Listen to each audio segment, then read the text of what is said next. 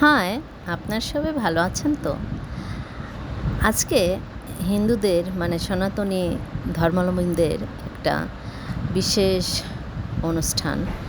তো আমাদের প্রত্যেকটা মাসে কোনো না কিছু মানে অনুষ্ঠান হয়েই থাকে, পূজা পার্বণ।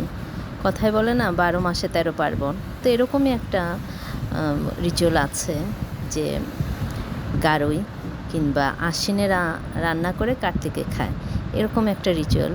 তো যাই হোক, আপনাদের আমি দেখিয়ে দিচ্ছি। আজকে আমি একটা অসাধারণ ডাল রান্না করব, কোনো ফোড়ন ছাড়া।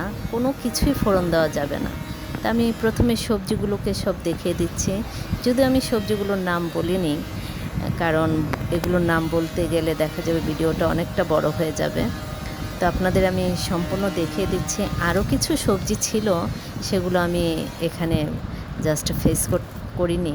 জাস্ট যখন আমি রান্না করব তখন আপনারা দেখে বুঝতে পারবেন।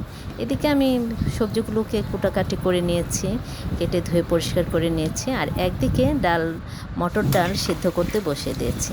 যথারীতি কড়াইতে আমি জল দিয়ে সবজিগুলোকে, যে সবজিগুলো একটু শক্ত শক্ত ছিল, মানে হার্ড টাইপের সবজি, ওগুলো আমি সেদ্ধ করতে বসিয়ে দিয়েছি অল্প একটু লবণ দিয়ে।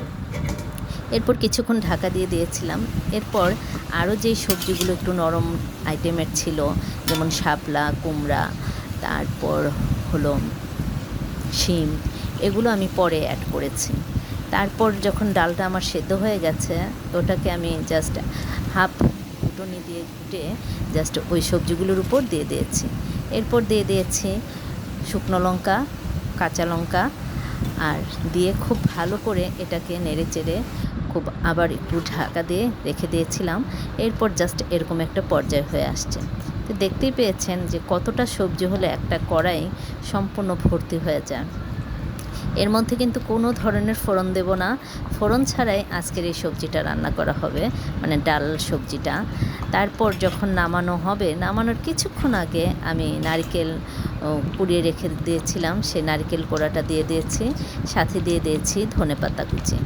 এটা অপশনাল, চাইলে দিতে পারেন, না দিলেও হবে। তো আমার ছিল, আমি দিয়ে দিয়েছি। তারপর আরেকটু নাড়াচাড়া দিয়ে এখন জাস্ট নামানোর পালা। ঠিক সেই মুহূর্তে আমি দিয়ে দিব ঘি। তো আমি শুরুতেই বলেছিলাম যে আজকের ডালটা রান্নাতে কোনো ধরনের তেল ব্যবহার করব না, কোনো ফোড়নও দেওয়া হবে না। তো ঘিটা দিয়ে আমি জাস্ট একটু নাড়াচাড়া করে, তো দেখেছি ঘিটা একটু কম পড়েছে, তাই আবার একটু দিয়ে নাড়াচাড়া করে ঢাকা দিয়ে রেখে দিয়েছি। তারপর যথারীতি খাবার পালা, তারপর পরিবেশন করা হয়ে গেল। তো কার কার বাড়িতে এরকম এই ডালটা তৈরি করার নিয়ম আছে, এই আশ্বিনে রাঁধে কার্তিকে খায়, আমাকে অবশ্যই কমেন্টসে জানাবে। ওকে, বাই। সবাই ভালো থাকবেন, সুস্থ থাকবেন এবং যেখানে থাকবেন নিজের প্রতি খেয়াল রাখবেন।